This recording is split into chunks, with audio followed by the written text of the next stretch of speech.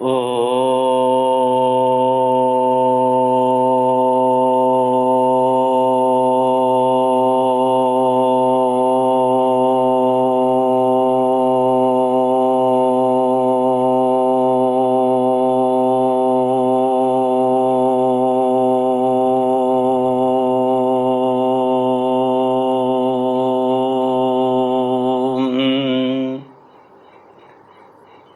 श्री गुरुचरण कमलेभ्यो नमः।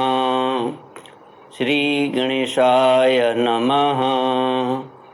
श्री सरस्वत्यै नमः। श्री विष्णवे नमः। श्री कृष्ण गोविंद हरे मुरारे, हे नाथ नारायण वासुदेव। श्री कृष्ण गोविंद हरे मुरारे, हे नाथ नारायण वासुदेव। हे नाथ नारायण वासुदेवा, हे नाथ नारायण वासुदेव। श्री कृष्ण गोविंद हरे मुरारे, हे नाथ नारायण वासुदेव। ओम नमो भगवते वासुदेवाय। ओम नमो भगवते वासुदेवाय। ओम नमो भगवते वासुदेवाय। ओम नमो भगवते वासुदेवाय। ओम नमो भगवते वासुदेवाय। कृष्णाय वासुदेवाय हरये परमात्मने प्रणतक्लेशनाशाय गोविन्दाय नमो नमः। सच्चिदानन्दरूपाय विश्वोत्पत्त्यादिहेतुवे तापत्रयविनाशाय श्रीकृष्णाय वयं नमः। सच्चित आनंद स्वरूप परमात्मा जो सृष्टि के उत्पत्ति, पालन और श्रृंगार करता है तथा जीवों के आध्यात्मिक, आदि दैविक, आदि भौतिक तापों को नष्ट करने वाले हैं, अर्थात जीवों के मानसिक, शारीरिक और भौतिक दुखों को दूर करने वाले हैं, उन श्री कृष्ण भगवान को हम नमस्कार करते हैं। श्री कृष्ण गोविंद हरे मुरारे, हे नाथ नारायण वासुदेव। श्रीमद्भागवत चतुर्थ स्कंध अथ षड्विंशोऽध्यायः।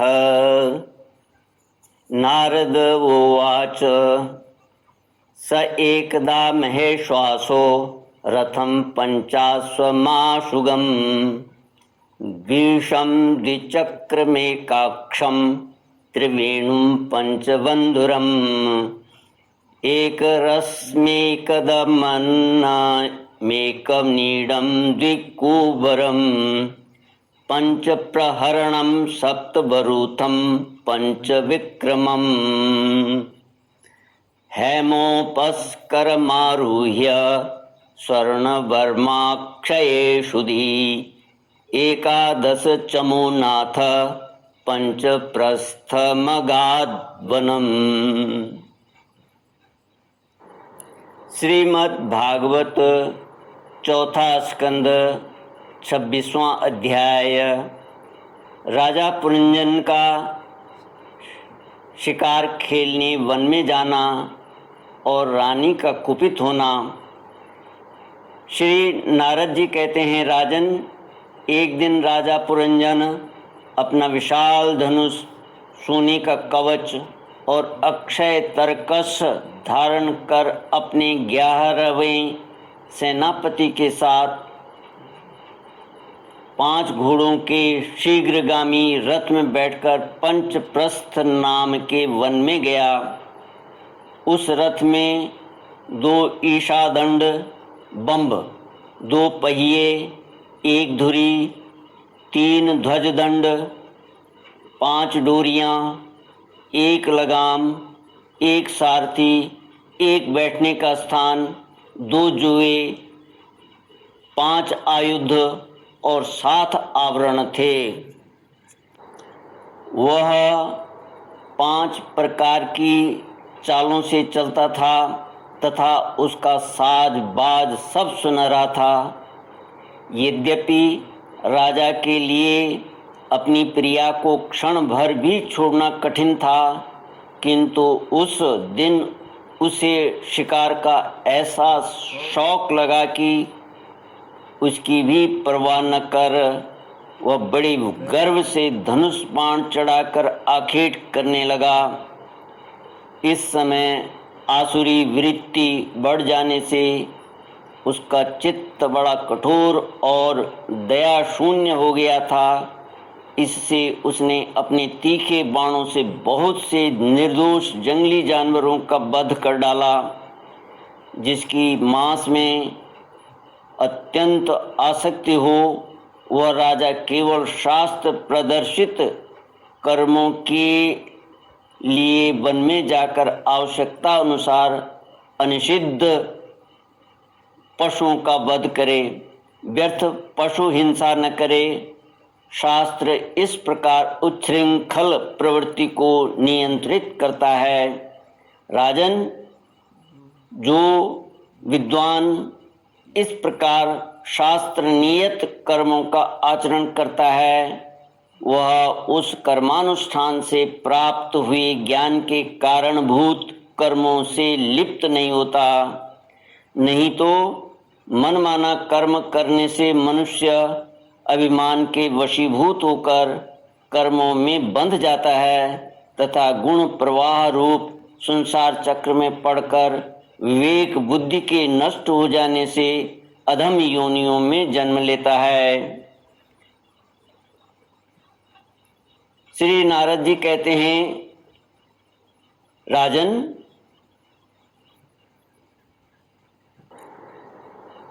नारद जी प्राचीन बरही राजा को पुरंजन की कथा सुनाते हुए आगे कहते हैं कि पुरंजन के तरह तरह के पंखों वाले बाणों से छिन्न भिन्न होकर अनेकों जीव बड़े कष्ट के साथ प्राण त्यागने लगे।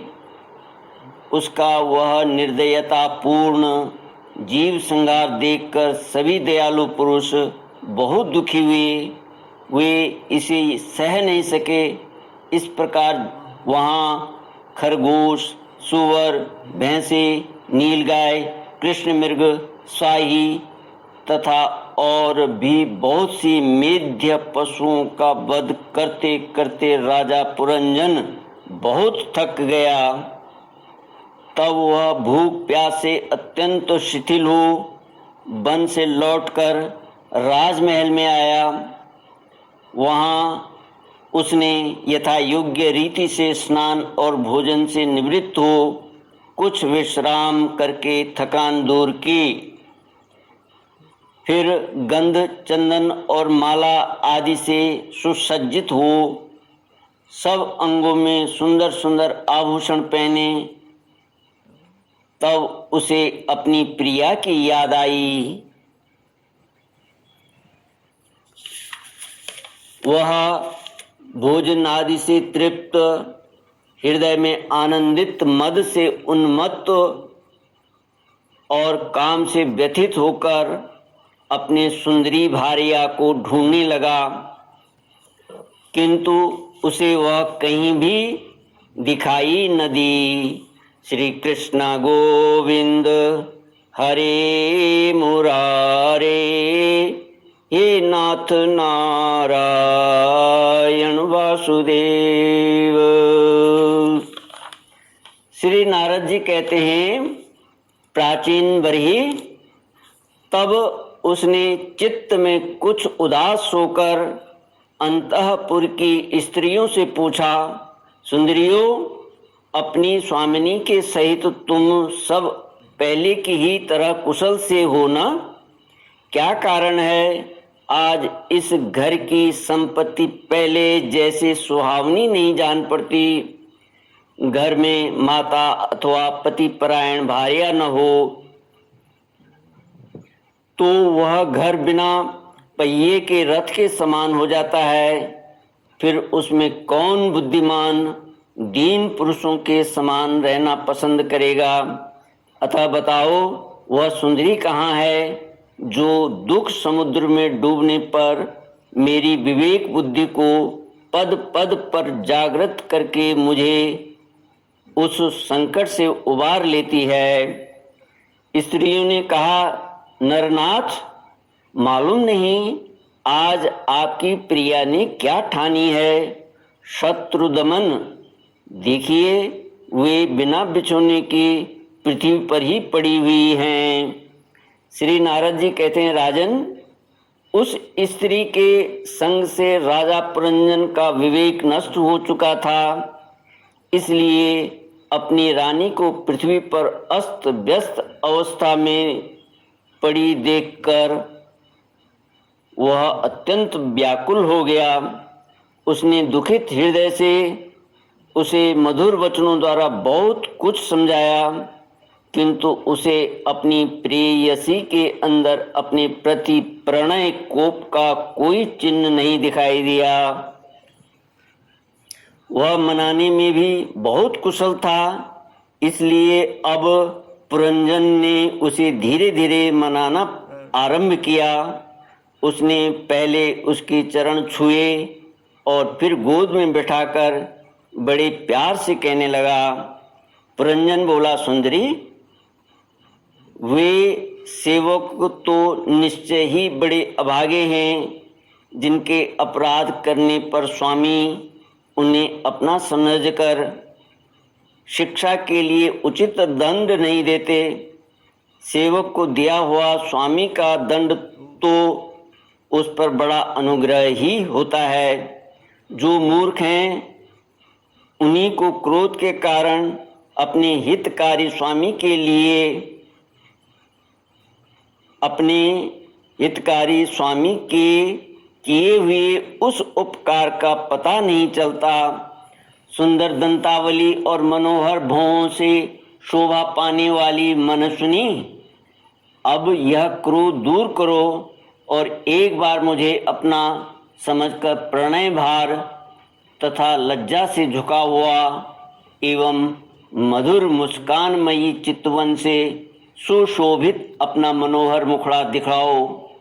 अहो, भ्रमर पंक्ति के समान नीली अलकावली, उन्नत नासिका और सुमधुर वाणी के कारण तुम्हारा वह मुखारविंद कैसा मनोमोहक जान पड़ता है। वीर पत्नी, यदि किसी दूसरे ने तुम्हारा कोई अपराध किया हो तो उसे बताओ। यदि वह अपराधी ब्राह्मण कुल का नहीं है तो मैं उसे अभी दंड देता हूँ। मुझे तो भगवान के भक्तों को छोड़कर त्रिलोकी में अथवा उससे बाहर ऐसा कोई नहीं दिखाई देता जो तुम्हारा अपराध करके निर्भय और आनंद पूर्वक रह सके। प्रिय, मैंने आज तक तुम्हारा मुख कभी तिलकहीन, उदास, मुरझाया हुआ, क्रोध के कारण डरावना, कांतिहीन और स्नेह शून्य नहीं देखा और न कभी तुम्हारे सुंदर स्तनों को ही शोकाश्रुओं से भीगा तथा बिंबा फल सदृश अधरों को स्निग्ध केसर की लाली से रहित देखा है।